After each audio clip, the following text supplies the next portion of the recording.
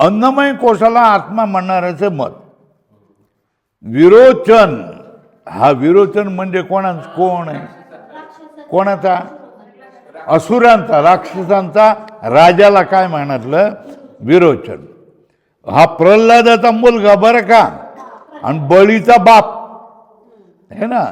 विरोचन मत अनुयायी कित्येक पामर स्थूल शरीरास म्हणजे अन्नमय कोशासच आत्मा म्हणून त्यास युक्ती सांगतात. त्याला काय युक्ती सांगतात? ज्याच्या ठिकाणी मी अशी बुद्धी होती तोच आत्मा है ना. कुठे? ज्या ठिकाणी मी अशी बुद्धी होती तोच आत्मा. कारण प्रत्येक माणूस काय म्हणतो? मी मनुष्य आहे, मी ब्राह्मण आहे, मी स्त्री आहे, मी पुरुष आहे, मी अंध आहे, मी पांगळा आहे, मी बहिरा आहे. अंधा, पांगळा, बहिरा याच्यामध्ये म्हणता का नाही? काकड्यामध्ये म्हणता की नाही? तो मी आहे म्हणतो. मी मनुष्य, मी ब्राह्मण अशी स्थूल शरीराच्या ठिकाणी अहमबुद्धी होते. अहमबुद्धी म्हणजे मी याला काय म्हणायचं? अहमबुद्धी. मी अशी जी बुद्धी होते त्याला काय म्हणायचं? अहमबुद्धी होते. मनुष्यत्व, ब्राह्मणत्व हे धर्म कोणाचे आहेत? ब्राह्मण कोण असतं? स्थूल शरीर. मनुष्य कोण असतं? स्थूल शरीर. त्याच्याच ठिकाणी सर्वांना अहमबुद्धी होते. म्हणून ते अन्नमय स्थूल शरीरच काय? आत्मा आहे. बरोबर आहे. आता पॅराग्राफ बदला. दुसरं व्याख्यान. ज्याच्या ठिकाणी मुख्य प्रीती असते तो आत्मा. का? मुख्य प्रेम ज्याच्यामध्ये असतं तो आत्मा ना. ज्याच्या ठिकाणी मुख्य प्रीती असते तो आत्मा. स्त्री, धन, पुत्रादी याच्यामध्ये प्रेम असतं आहे ना. पण स्त्री, धन, पुत्रादी कशासाठी आहे? स्थूल शरीराला. बरोबर आहे ना. आणि स्थूल शरीराला हे प्रतिकूल बनलं तर आपण त्यांना सोडतो का नाही? नाही तर मग तलाक झाला असता का? विभक्त झाले असते का? नाही झाले असते ना. बरोबर आहे. नाही, ह्याच्याबरोबर मला नांदायचं नाहीच आहे, किंवा हिला मला ठेवायचंच नाही आहे असं जे कोर्टामध्ये जाऊन सांगतात ते काय, ही काय उपयोगाची नाही म्हणून, किंवा हा काय माझ्या उपयोगाचा नाही म्हणूनच भांडतात ना. बरोबर आहे ना. स्थूल शरीरास अनुकूल असतात कोण? स्त्री, धन आणि पुत्राधिक. पुत्राधिक जर काय करायला लागला, तिथे राष्ट्रद्रोह करायला लागला आणि पोलीस सकाळ संध्याकाळ तुमच्या घराकडे चकरा मारायला लागला, मग तुम्ही त्या दिवशी काय करणार? वकिलाला घेणार, कोर्टामध्ये काय करणार? ॲफिडेविट करणार. आणि हा मुलगा माझा कोणी राहिलेला नाही, ह्या 40 वर्षापासून माझ्यापासून विभक्त झालेला आहे, हा काय करतो ह्याच्याशी मला काय घेणं देणं नाही, याला तुम्ही याने काय हिंसक कृत्य केलेलं आहे, याला तुम्ही फाशी देऊन टाका, मी तुमच्या आड येणार नाही, असं काय ॲफिडेविट करून प्रसिद्धी करून टाकते की नाही. आता पुत्र देखील काय वाटायला प्रतिकूल झाला ना आपल्या, मग त्याच्यापासून ते देखील काय केलं? त्याग केला. आता धन आणलंय, काळं धन प्रिय असतं की नाही. घरामध्ये काय भिंतीमध्ये कोपरे करून आतमध्ये लपवून ठेवलं. इन्कम टॅक्सची धाड पडली, किंवा सांगितले की आज तुमच्याकडे इन्कम टॅक्सचे अधिकारी येणार आहेत. आता ते साठवून ठेवलेलं धन तो काय करणार? गपचूप आदल्या रात्री काढून टाकून कुठेतरी जळून बिळून टाकून देणार, किंवा गटारामध्ये फेकून देणार, नाल्यात फेकून देईल की. इतके दिवस जपून ठेवलेलं धन देखील त्याला काय वाटलं? आता स्वतःवर बेतल्याबरोबर काय केलंय? नकोसं झालं. कोण? स्त्री नकोशी झाली, धनही नकोसं झालं, पुत्रही नकोसं झालं. जोपर्यंत अनुकूल असतात तोपर्यंत ते प्रिय असतात, पण स्वतःला प्रतिकूल झाले की ते काय करतात? नको असतात.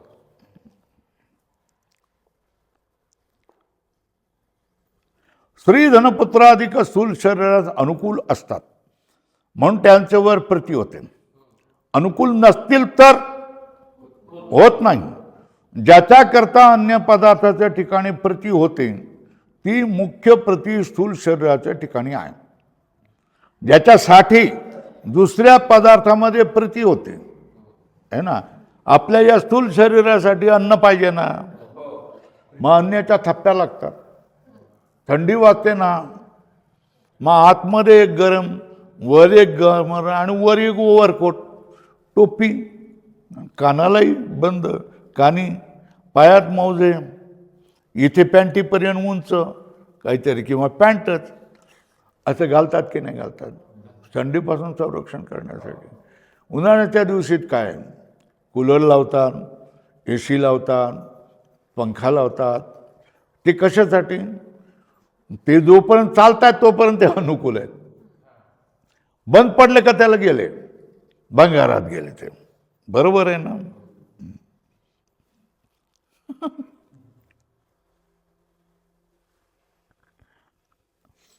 पातेल्या फुटल्या नव्हत्या तोपर्यंत पातेल्याचा आवाज करू नका, भांडेचा आवाज करू नका. आणि ते फुटली, बोळ पडले बरोबर लवकर घेऊन जावा एकदा. अनुकूल प्रतिकूल कोणाला, ज्याच्यासाठी होतात तो स्थूल शरीर आत्मा आहे असं हे मानणार आहे. बरोबर आहे. ज्याच्याकरता अन्य पदार्थाच्या ठिकाणी प्रती होते ती मुख्य प्रती स्थूल शरीराच्या ठिकाणी आहे, म्हणून स्थूल शरीरच आत्मा आहे. स्थूल शरीर आत्मा ठरल्यावर त्याला काय करायचं? वस्त्रालंकाराने सुशोभित करावे, नाना प्रकारच्या भोजनाने त्याचं पोषण करावे. आज काय परमहंस कोण? चार्वाक. ऋणम कृत्वा घृतम पिबेत. काय करा? कर्ज काढा आणि काय घी प्या, तो प्या. बरोबर आहे. अधोरेखा कराय. हे कोण? चार्वाक किंवा कोण? विरोचन. आता इंद्रियास आत्मा म्हणणाऱ्यांचे मत, इंद्रियात्मवादी, इंद्रिय ही आत्मा आहे म्हणजे इंद्रिय आत्मा म्हणणाऱ्याचे मत आहे की स्थूल शरीर आत्मा नाही, परंतु स्थूल शरीरात इंद्रिय असली तर जीवन व्यवहार होतो ना, इंद्रिय नसली तर मरण व्यवहार होतो. म्हणून इंद्रियच आत्मा आहे ना. इंद्रिय असलं तर व्यवहार होतो, इंद्रिय नसले तर पडून राहतात, शरीर जाळून टाकतात त्याला. मग इंद्रिय आत्मा आहे. इंद्रिय आत्मा आहेत. इंद्रियाच्या अधीन जीवन व्यवहार किंवा मरण व्यवहार असतो. काय? इंद्रियाच्या अधीन जीवन व्यवहार किंवा मरण व्यवहार असतो. बरोबर आहे. जोपर्यंत शरीरात इंद्रिय असतात, काय जोपर्यंत काय असतं? शरीरात इंद्रिय असतात तोपर्यंत जीवन व्यवहार, आणि इंद्रिय नसतील तर मरण व्यवहार होतो. मी पाहतो, मी ऐकतो, मी बोलतो, अशा रीतीने अहंबुद्धी इंद्रियाच्या ठिकाणी होते, म्हणून इंद्रिय आत्मा आहे. इंद्रियामध्ये आत्मा काय? इंद्रिय असले तर मला जिवंत मानतात दुसरे लोक, इंद्रिय नसली तर मी मेलो म्हणून जाळून टाकतात मला. म्हणूनच काय करतायत, परत मी पाहतोय, मी बोलतोय, मी ऐकतोय असंही बोलतो, तेव्हा अहंबुद्धी इंद्रियाच्या ठिकाणी होते, म्हणून इंद्रियच काय आहे? आत्मा आहे. बरोबर आहे. आता प्राणमय कोशात आत्मा म्हणणाऱ्याचे मत, हिरण्य गर्भ उपासक प्राणमय कोशालाच आत्मा म्हणतात. उपनिषदामध्ये आम्हाला हेच प्राणाचीच उपासना जास्त दिसते आहे ना. हिरण्यगर्भ उपासक प्राणमय कोशाचाच आत्मा म्हणतात. आणि युक्ती सांगतात, मरणकाली मूर्छा येते ना, किंवा त्याचे पुत्राधिक संबंधी प्राणशेष असेल तर जीवन समजतात, आणि नसेल तर मरण समजतात है ना. काही लोक काय करतात, दोरा लावून ठेवतात, असा नाकासमोर दोरा लावतात. बरोबर. डॉक्टर नसतात तिकडे आदिवासीमध्ये, तो हालत राहिला जिवंत आहे म्हणतात. आणि तो हालेनासा झाला की म्हणतात करा तयारी. बरोबर आहे ना. काय ते दोर हलतोय तोपर्यंत सगळे लोक बसून रडत बसतात, काय काय चालू असतं. झालं हालेनासा झाला म्हणतात चला तयारी करा, आता बांधा, तिरडी बिरडी बांधा. बरोबर आहे. मग त्यांच्या दृष्टीने काय, प्राण आहे तोपर्यंत जिवंत, पण प्राण नाही तोपर्यंत मरण, प्राण नाही तर मरण. मग प्राण कोण झाला? आत्मा झाला ना. ते कोण मानतात? मरणकाली मूर्छा येते, डोळे दाबले जातात, माणूस मरतो. तेव्हा त्याचे पुत्राधिक संबंधी प्राणशेष असेल तर जीवन समजतात, प्राण चालू असेल ते जिवंत आहेत असं म्हणतात, नसेल तर मरण समजतात. काय रे बाळा, यावरून प्राणच आत्मा म्हटलं पाहिजे. काय म्हटलं पाहिजे? यावरून प्राणच आत्मा म्हटला पाहिजे. स्थूल शरीरात नेत्रा वाचून अंधत्व, श्रोत्रा वाचून बधिरत्व, वाणी वाचून मुकत्व, या रीतीने जे इंद्रिय नसेल त्या इंद्रियाच्या व्यापारा वाचून शरीर राहते की नाही राहते? पण प्राणा वाचून प्राण गेले तर तत्क्षणित पडलं ना. प्राणा वाचून मात्र तत्क्षणित प्रेतरूप होऊन पडते. शिवाय मी पाहतो, मी ऐकतो, या प्रतीतीवरूनही आत्मा इंद्रियाहून भिन्न असल्याचे सिद्ध आहे. काय? मी पाहतो, मी ऐकतो, या प्रतीतीवरूनही आत्मा इंद्रियाहून भिन्न आहे असे सिद्ध होते. जर नेत्र स्वरूप मी पाहतो, श्रवण स्वरूप मी ऐकतो अशी प्रतीती येईल, ते इंद्रिय आत्मा आहेत असं म्हणता येईल. काय? जो नेत्ररूप आहे हा मी पाहतोय असं म्हटलं तर इंद्रिय रूप आहे असं म्हटलं.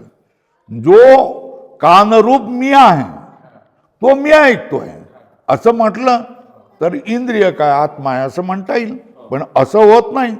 याच्या उलट मी इंद्रिय वगैरेचं नाव न घेता मी ऐकतो, मी बोलतो, मी पाहतो असं म्हणतोय, तर तो इंद्रियापेक्षा वेगळा आहे.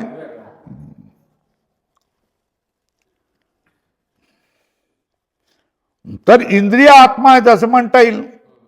परंतु नेत्रवान मी पाहतो, श्रोत्रवान मी ऐकतो अशी प्रतीती होते.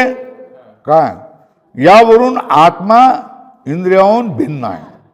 दुसरे असे की सुषुप्तीमध्ये कार्यकर्त्या सर्व इंद्रियांचा अभाव असतो. कार्य करणारी सगळी इंद्रिय सुषुप्तीमध्ये असतात का?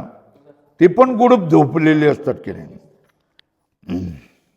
अभाव असून पण ते प्राण चालू असतो की नाही? इंद्रियाचा अभाव असतो आणि प्राण चालू आहे हे समजतं का नाही समजतं? तेथे प्राण असतात व त्यामुळे जीवन व्यवहार होतो. म्हणून जीवन व मरण इंद्रियाधीन नाही.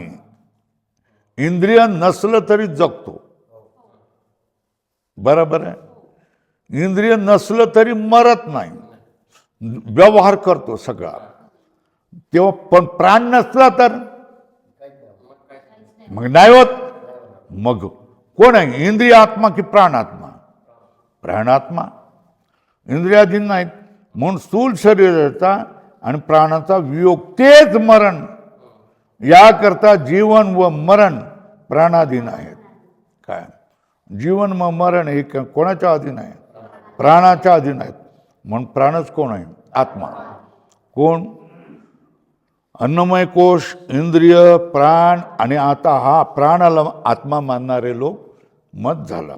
आता मनोमय कोशाचंच आत्मा म्हणणाऱ्याचे मन. मनोमय कोशवादी म्हणजे योगी लोक असे म्हणतात की घटाप्रमाणे प्राण देखील काय ज्ञान शून्य आहे. त्याला आत्मा कसं काय म्हणतात? प्राणाला स्वतःचं ज्ञान असतं काय? नसत. दुसऱ्याचं ज्ञान असतं काय? नाही. मग त्याला आत्मा म्हणायचं कसं? ज्याला स्वतःचं काय कळत नाही, दुसऱ्याचं काय कळत नाही, त्याला आत्मा कसं म्हणायचं? ज्ञानवान ज्ञान कोणामुळे होते? मन आहे. मनच आत्मा आहे. कारण बंध मोक्ष कोणाच्या अधीन आहे? विषयामध्ये आसक्त मन हे कशा बंधनाचा हेतू आहे. विषय वासना रहित मन मोक्षाचा हेतू आहे. आणि मनसंबंधाने इंद्रिय ज्ञानाला कारण आहे. मनाचा संबंध नसेल ते इंद्रिय काय करू शकत नाही. मनाशी संबंध असला तरच इंद्रिय काय सगळं ज्ञान करतात. बरोबर आहे. मनसंबंधानेच इंद्रिय ज्ञानास हेतू आहेत. मनसंबंधापासून इंद्रियास ज्ञानच होत नाही. कोमात गेलेला माणूस असतो, इंद्रिय काय करतं का? बघितलं का ना तुम्ही? कारण मनाचा संबंध नाही झालेला असतो. इंद्रिय असतात की नाही? जिवंत असतो की नाही? हा मेलेला आहे का जिवंत आहे विचारलं तर डॉक्टर काय सांगतात? जिवंत आहेत. पण कुठलंच इंद्रिय काम करत नाही. त्याला तर म्हणतात कोमात गेले म्हणून. बरोबर ना? किती आपण पाहतो की नाही? हल्ली खूप जण जातात 6-6 महिने हैराण होतात घरची माणसं. मग काय करतात? वरचं ते काढून टाकतात. गेलं, चला रे चला घेऊन चला.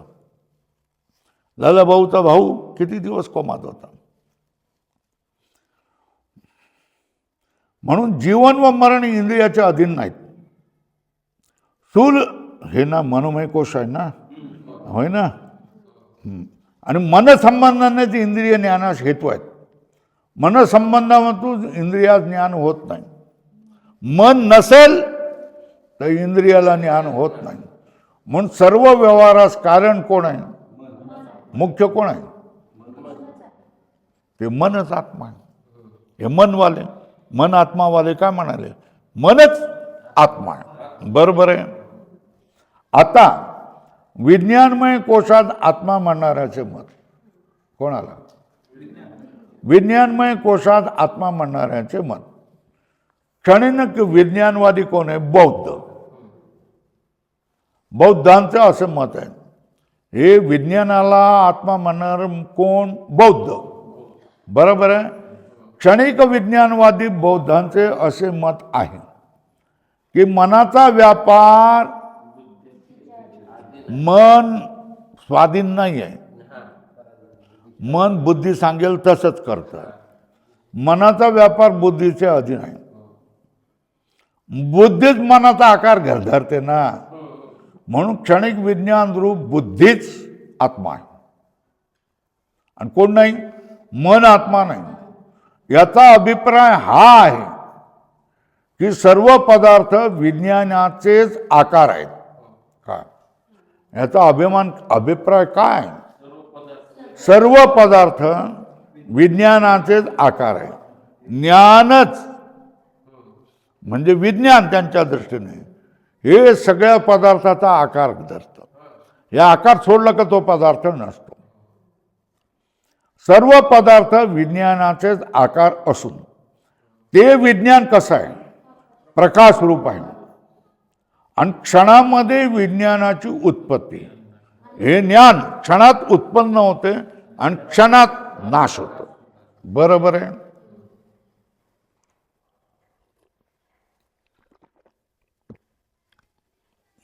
सुक्त येतो.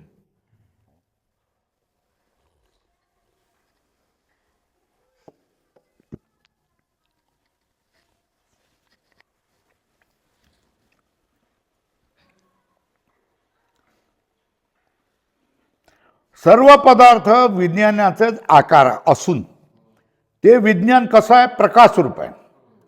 क्षणामध्ये विज्ञानाची उत्पत्ती होते आणि क्षणामध्ये त्याचा नाश होतो.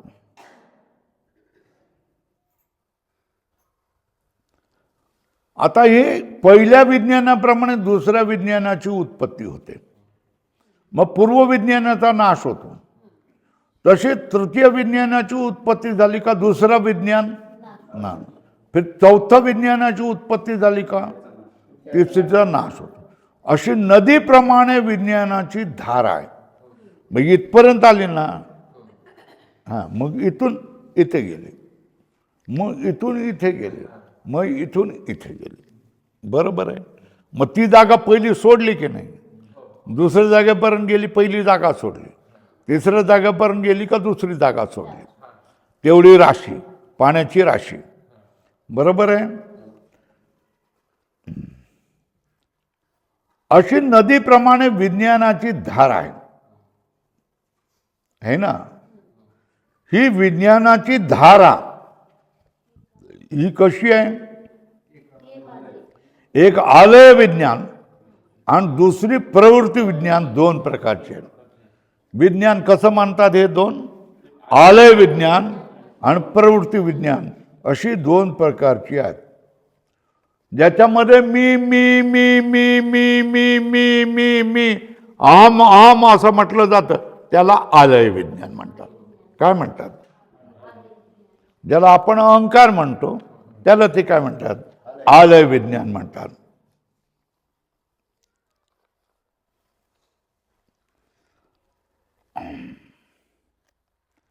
विज्ञान धारा असते, मी मी मी मी मी मी अशी जी विज्ञान धारा असते तिलाच आलय विज्ञान धारा किंवा काय म्हणायचं, बुद्धी असे म्हणतात. हा घट आहे, हे शरीर आहे, अशा विज्ञान धारेला काय म्हणतात? प्रवृत्ती विज्ञान धारा म्हणतात. आहे ना. यालाच आपण वृत्तीरूप ज्ञान म्हणतो आणि त्याला आलय विज्ञानाला ते काय म्हणतात? बुद्धी म्हणतात. बरोबर आहे. आलय विज्ञानाला बुद्धी म्हणतात. अधोरेखा करा. घट आहे, शरीर आहे, वृत्ती ज्ञान आहे, याला प्रवृत्ती विज्ञान धारा म्हणतात.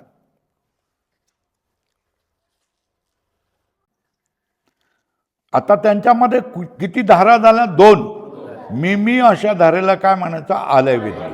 आणि हा घट आहे, हे पट आहे, हे मठ आहे, हे जे वृत्तीरूप आपण ज्ञान म्हणतो त्याला ते लोक काय म्हणतात? प्रवृत्ती विज्ञान धारा असे म्हणतात. आलय विज्ञान धारेपासूनच काय? प्रवृत्ती विज्ञान धारेची उत्पत्ती होते. बरोबर आहे. मनाचे स्वरूप कशामध्ये येते? धारेत आहे. म्हणून ते आलय विज्ञान रूप बुद्धीचे कार्य आहे. याकरता बुद्धीच काय झाला? आत्मा आहे.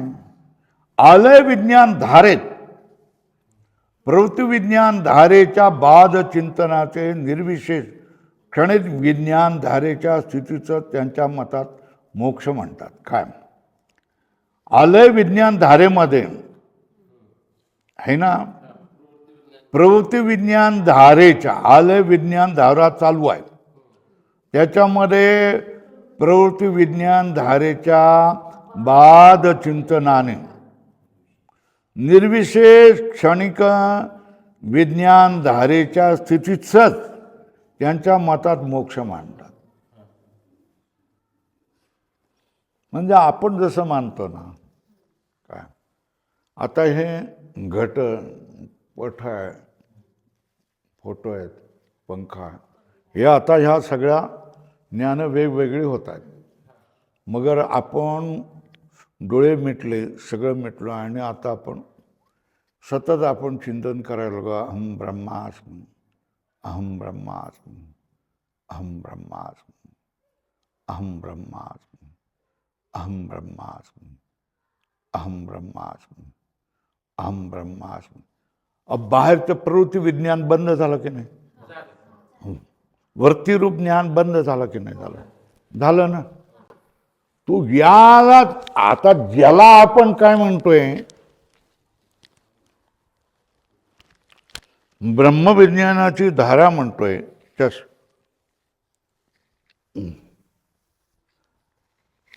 प्रवृत्ती विज्ञान म्हणजे ज्याला आपण घटपट मठ आपण असं जे म्हणतो त्याला काय म्हणायचं? प्रवृत्ती विज्ञान, ते लोक म्हणतात. आणि ज्याला अहम अहम असं जे म्हणतोय त्याला ते काय म्हणतात? आलय विज्ञान म्हणतात. आता आलय विज्ञानापासूनच प्रवृत्ती विज्ञान निर्माण होतं. ह्या प्रवृत्ती विज्ञानास तुम्ही काय करून टाकलं पाहिजे? बाद करून टाकलं पाहिजे. काय केलं पाहिजे? मग शेष कोण राहील? आलय विज्ञान राहील.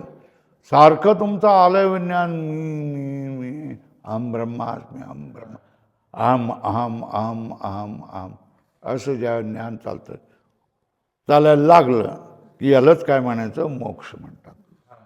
काय म्हणतात? जो केवळ विज्ञानाचंच ते बघायला फक्त काय करतात, ज्ञानापर्यंतच सांगतात, आत्म्याकडे बघायला सांगत नाहीत ते लोक. तुम्ही तिकडे बघितलं विपश्यनेमध्ये, बाहेर बघा, सगळं बघा, विज्ञानापर्यंत बघा, पण ह्या सगळ्यांना बघणारा आणखी एक कोई आत्मा आहे, हे तुम्हाला बिलकुल सांगणार नाही. त्यांना भीती वाटते. मग वेदांती हो आपण, म्हणून त्यांना भीती वाटते. बरोबर आहे, ते नाही आहे सांगा, हे गुपित आहे. हे गुपित केवळ कोणाचं, वेदांताचं आहे. हा हो, ते आपल्याला करावं लागतं. अहम ब्रह्मास्मी, अहम ब्रह्मास्मी, अहम ब्रह्मास्मी, हे आपल्याला करावं लागतं. सगळे बाजूला झाले है ना, की मग राहतो शेष तो आपणच राहतो ना. कोण? ज्ञान करून घेणारा, पाहणारा, समजणारा, समाधी करणारा, विक्षेप दूर हटवणारा आपणच राहतो ना. मग तो आत्मा, पण हे आत्मा म्हणून वेगळं मानायला तयार नाही. बुद्धीच्या शेवटच्या टप्प्यावर आलं, बस याच्या पुढे काय नाही. कोण म्हणतात? बौद्ध. बरोबर आहे. म्हणून त्यांच्या दृष्टीने कोण आहे? बुद्धीच आत्मा आहे असं म्हणतात. आता किती वेळ राहिलाय बघा. आनंदमय कोशात आत्मा मानणाऱ्यांची मते काय? आता हे जरा क्लिष्ट चाललेलं आहे, धीर धरावा तुम्हाला लागेल. बरोबर आहे.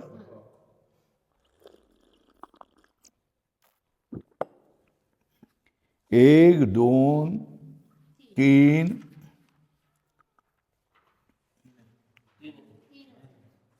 होय ना, तीन आहेत. त्याच्यामध्ये परत शिष्य आणि श्री गुरु पण आहेत. चला, आनंदमय कोशाला आत्मा, सगळे कोश झाले ना. कोण? कुठले? स्थूल कोश है ना, अन्नमय कोश, प्राणमय कोश, मनोमय कोश, विज्ञानमय कोश झाले. 4 कोश झाले. हे कोण कोण मानणार आहे ते पण झालं, ते का म्हणून मानतात तेही झालं. आता चौथा राहिला आनंदमय कोश. आनंदमय कोश मानणाऱ्यांची मते, ये चिज्जडवादी पूर्व मीमांसा वार्तिककार वर लिहा कुमारील भट्ट. भट्टाचे मत. कोण? कुमारील, रिल रिल असतं ना, कुमारील है ना. चिज्जडवादी पूर्वमीमांसा वार्तिककार भट्टांचे मत. चिज्ज जडवादी असे म्हणतात की विद्युल्यतेप्रमाणे क्षणिक विज्ञान रूप बुद्धी आत्मा नाही. काय? चिज्जडवादी. चैतन्य पण म्हणतात जड आत्मा आहे. आत्मा चैतन्य पण आहे, जड पण आहे, असे मानणारे कोण आहे? कुमारील भट्ट. चिज्जडवादी असे म्हणतात की विद्युल्यतेप्रमाणे. विद्युल्यता म्हणजे काय? वीज, आकाशात चमकणारी वीज. ही क्षणिक विज्ञान रूप बुद्धी, हिला आत्मा कसा काय मानायचा? आत्मा तर स्थिर रूप आहे. बरोबर आहे. आत्मा स्थिर स्वरूप आहे, नित्य आहे. तिला विद्युल्यतेप्रमाणे चमकणाऱ्या, वीजेप्रमाणे चमकणाऱ्या बुद्धीला आपण कसं काय आत्मा मानू शकतो? नाही मानू शकत. आत्मा स्थिर स्वरूप असून तो जड आणि चैतन्य स्वरूप आहे. कारण सुषुप्तीहून जागृत झालेला पुरुष असे म्हणतो की मी जड होऊन निजलो होतो. काय होतो? काय म्हणतो? मी जड होऊन निजलो होतो. पण जड होऊन निजणं म्हणजे काय? कशाचंही ज्ञान न होणं आहे ना. मी जड होऊन निजलो होतो म्हणून आत्मा जड रूप आहे.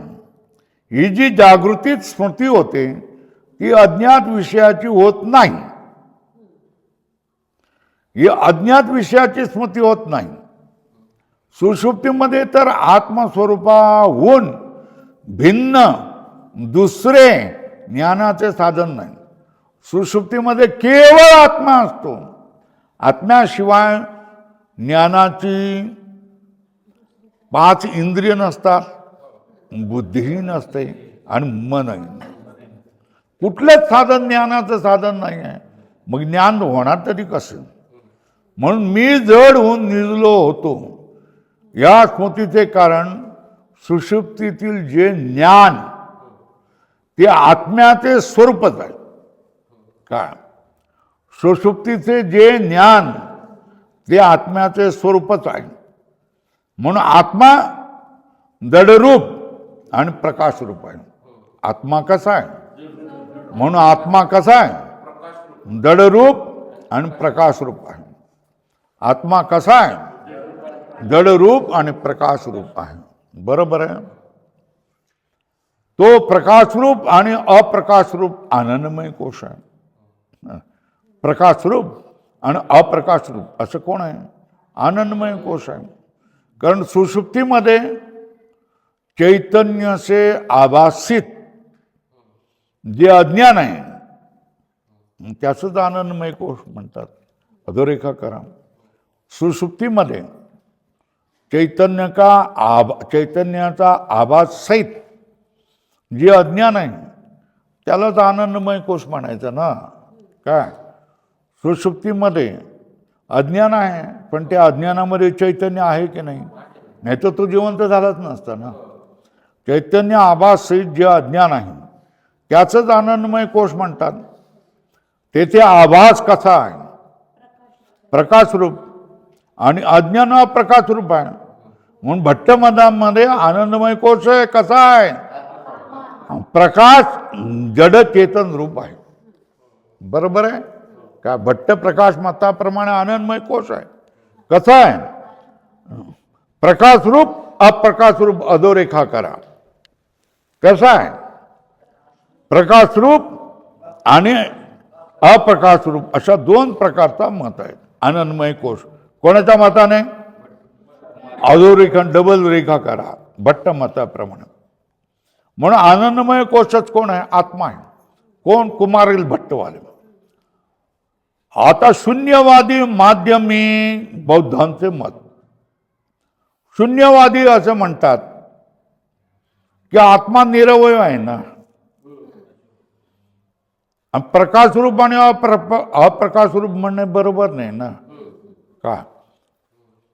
अरे भाई, तो काजवा असतो की नाही, त्याच्या पोटात प्रकाश असतो आणि छातीत नसतो ना. त्याचं पोटच असं असं करत असतं ना, आणि तिथेच लाईट लागत असतो ना. पण छातीत असं का? कारण त्याला छाती आणि पोट अवयव आहेत नाही. बरोबर आहे ना. मग पोटात प्रकाश, छातीत अंधार. तो काजवा जसा अंधार आणि प्रकाश रूप असतो तसाच आत्मा काय? अंधार रूप. शून्यवादी असे म्हणतात की आत्मा निरवय असल्यामुळे प्रकाश रूप आणि अप्रकाश रूप आहे. असं कसं काय म्हणतात? काजवा सावयव आहे म्हणून त्याचं पोट आणि छाती हे दोन अवयव होतात. पोट प्रकाशमय आहे आणि छाती अंधारमय आहे हे आपण म्हणू शकतो. का? सावयव आहे. तो कसा आहे? तुमचा आत्मा अवयवाला आहे की? बोला, पहिलं बोला. नाही, अवयवाला नाही. मग निरवय आहे ना. मग अर्धा भाग जड, अर्धा भाग चैतन, अर्धा भाग प्रकाश, अर्धा भाग अप्रकाश. कसं म्हणता येईल बरं? मग तुमचं म्हणणं खोटं ठरतं ना. निरवय आत्मा बनत नाही. सावयव आत्मा कोणासाठी? कोणासारखा? काजवासारखा बनतो. निरवय आत्म्याविषयी तसे म्हणता येणार नाही.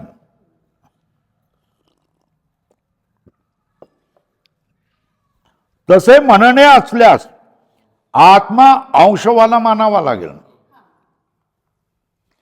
मानावा लागतं तर माना की. अंशवाला मानलं तर काय? आणि अंशवान पदार्थ कसा असतो? उत्पत्ती विनाशवाला असतो. काय? कसा असतो? अंशवान पदार्थ कसा असतो? उत्पत्ती विनाशवालो असतो. आणि अंशवान पदार्थ काय असतो? उत्पत्ती विनाशवाले असतात. तसा सावयव आत्माही उत्पत्ती विज्ञानवान मानावा लागेल. त्याच्यात काय करावं लागेल? सावयव आत्मा देखील काय करावा मानेल? उत्पत्ती विनाशवाला मानावा लागेल ना. बरोबर आहे. आत्म्याला जर तुम्ही सावयव मानलं तर उत्पत्ती होणार, विनाश होणार, मानावा लागेल. मग जे उत्पत्तीवाला उत्पत्ती नाशवाला माना ना. अरे जे उत्पत्ती नाशवाला तर उत्पत्तीच्या पूर्वी नसतात, नाशानंतर नसतात, असत असतात.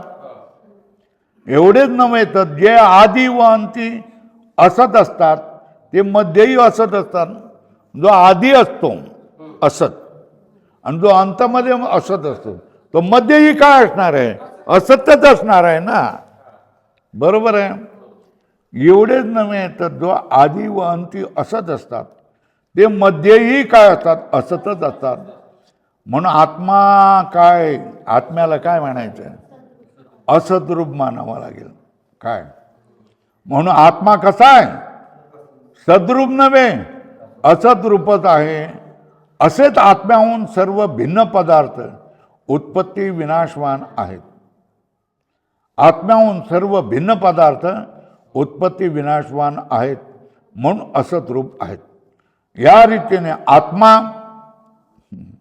आत्म्याला माना, अनात्म्याला माना, सगळं काय असत आहे. तुम्ही आत्म्याला मानणार, आत्म्याला मानणार, अनात्म्याला मानणार, अनात्म्याला मानणार. आमच्या दृष्टीने सगळं असत आहे. काय?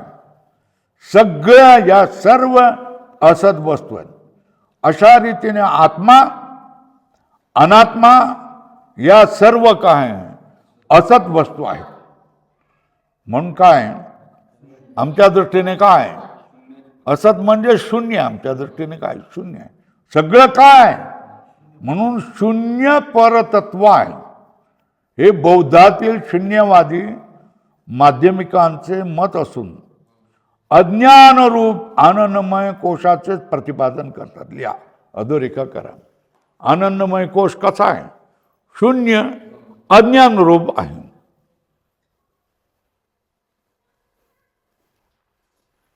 है ना? काय झालं? शून्यवादी आहेत ना. सर्व शून्य आहे. त्याला आत्मा माना, अनात्मा माना, सगळं काय असत रूप आहे. बरोबर आहे. आता सिद्धांत सांगते हे पण यांचं मत बरोबर नाही. काय? यांचं मत बरोबर नाही, परंतु हे त्यांचे मत बरोबर नाही. काय? हे त्यांचे मत बरोबर नाही. का बरोबर नाही?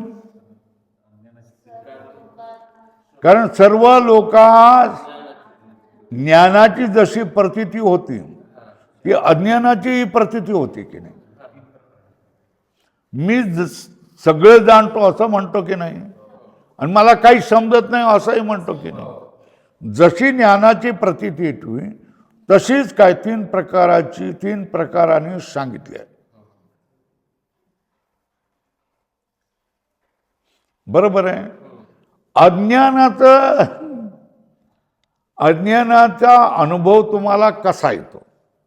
बरोबर आहे ना. याच्यावर बऱ्याच गोष्टी अवलंबून आहेत. बरोबर आहे. अज्ञानाचा सर्व लोकात अज्ञानाची प्रतीती तीन प्रकारांनी होते.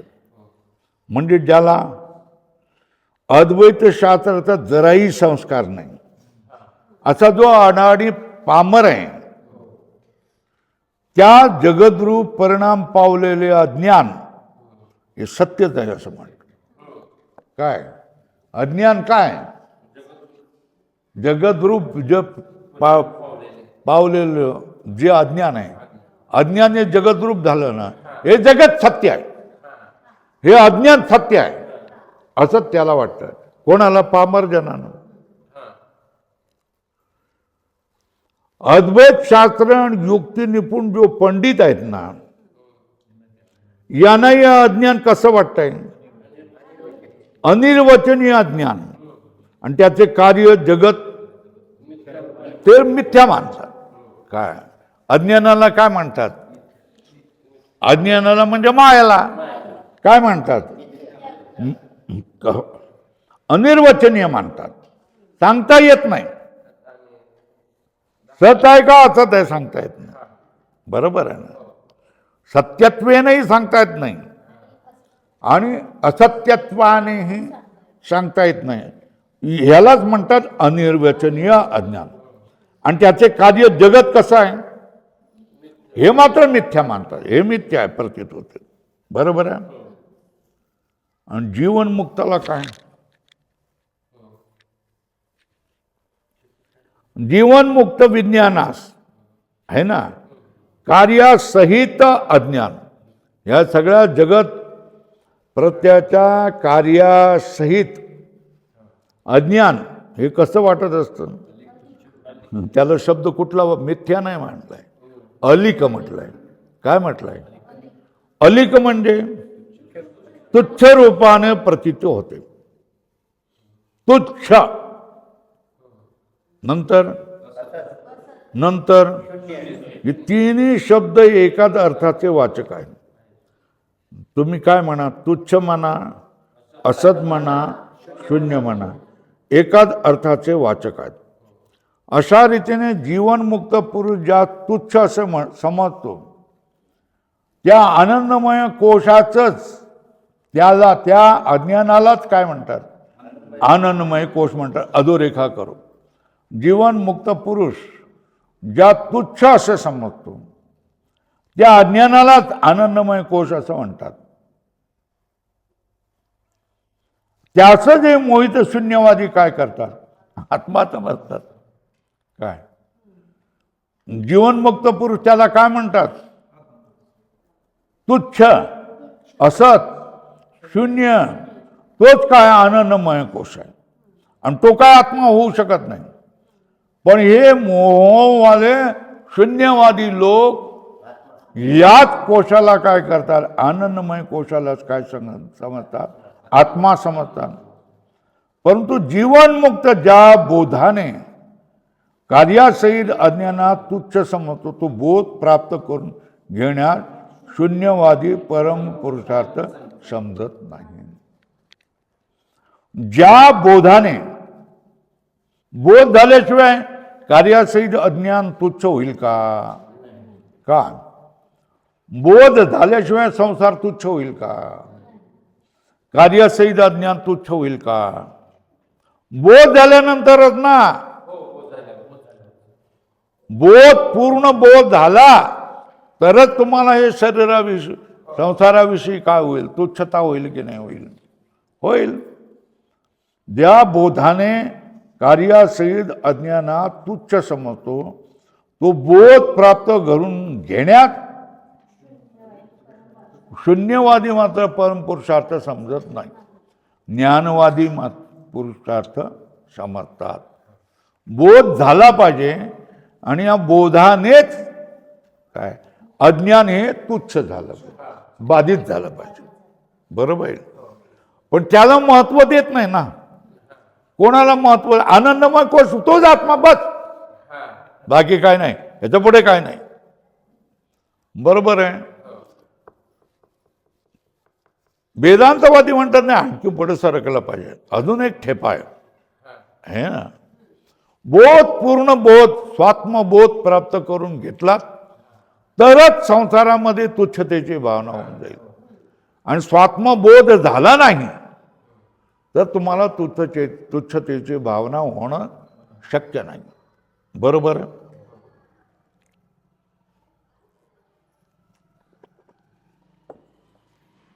पुढे जाऊ की नको जाऊ एवढं सांगा. हा हा नंतर घेऊ. तुमचं अजून 15 मिनिटं आहेत. पण बरं, चालेल.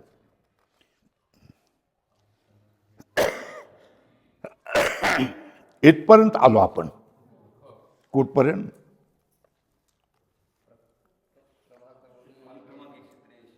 नाही, शून्यवादी माध्यमिक बौद्ध आनंदमय कोशालाच काय करतात?